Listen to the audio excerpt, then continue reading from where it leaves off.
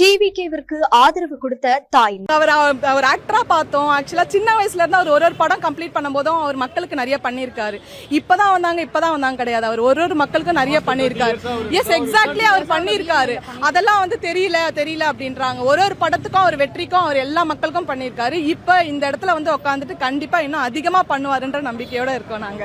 ஏன்னா இது வரைக்கும் நம்ம பார்த்த அரசியல் எல்லாமே வேற, இனி பார்க்க போற அரசியல் எல்லாமே யங் சிஎம் உட்காந்துட்டு இருக்காரு. அதை பார்க்கும் போதே யாருடா இது அப்படின்ற மாதிரி மத்த எல்லா இடத்துல இருந்த நம்ம ஸ்டேட்டை உத்து பார்க்கும்போது அண்ணன்டா எப்படி உட்காந்துட்டு இருக்காரு, கெத்தா இருக்காரு அப்படின்ற மாதிரி பார்க்கவே அந்த காஸ்டியூம்ல பார்க்கும்போது ஆஹா யங் சிஎம் உட்காந்துட்டு இருக்காருன்ற மாதிரி. ஆமா, லாஸ்ட் 3 டேஸா பாத்தீங்கன்னா எவ்வளவு ஸ்ட்ரகிள் வந்தது. அண்ணா ரொம்ப அமைதியாவே இருந்தாரு, எதுவுமே பேசக்கூடாது அப்படின்ற மாதிரி. கடைசியா எந்த இடத்துல பேசணுமோ பேசினார் தெரியுங்களா. இதுக்கு மேல என்ன வேணும்ங்க?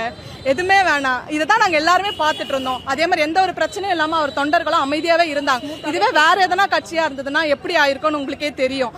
அது இல்லாம எல்லாமே ரொம்ப அமைதியா ஸ்மூத்தாவே போச்சு. நாங்க என்ன நினைச்சோமோ அண்ணா அமைதியா இருந்து சாதிச்சிட்டாரு. இப்ப என்டிகே எல்லாம் பாத்தீங்கன்னா வாயிலே வட சுட்டு இருந்தாங்க. இப்ப ஆளே காணாம போயிட்டாங்க. ஆனா நாங்க எல்லாமே சொன்னோம், ஆனா நீங்க சக்சஸ்ஃபுல்லா பண்ணிட்டோம்ல. அதனால விஷயம் தான் கான்பிடென்ட் லெவல் எந்த இடத்துலயுமே குறையில. சோ இதை இன்னைக்கு அண்ணாவை சிஎம் சீட்ல உட்கார வச்சிருக்கு. சோ ஒவ்வொரு லேடிஸ்க்கும் நான் அதை தான் சொல்றேன், எந்த இடத்துலயுமே டவுன் ஆக கூடாது. நம்ம அண்ணா நமக்கு ஒரு எக்ஸாம்பிள். எந்த ஒரு இடமா இருந்தாலும் நம்ம கொஞ்சம் பொறுமையா இருந்து நம்ம சாதிக்கணும். அது கான்பிடென்ட் லெவல்ல நம்ம மிஸ் பண்ணோம்னா எதுவுமே கிடையாது.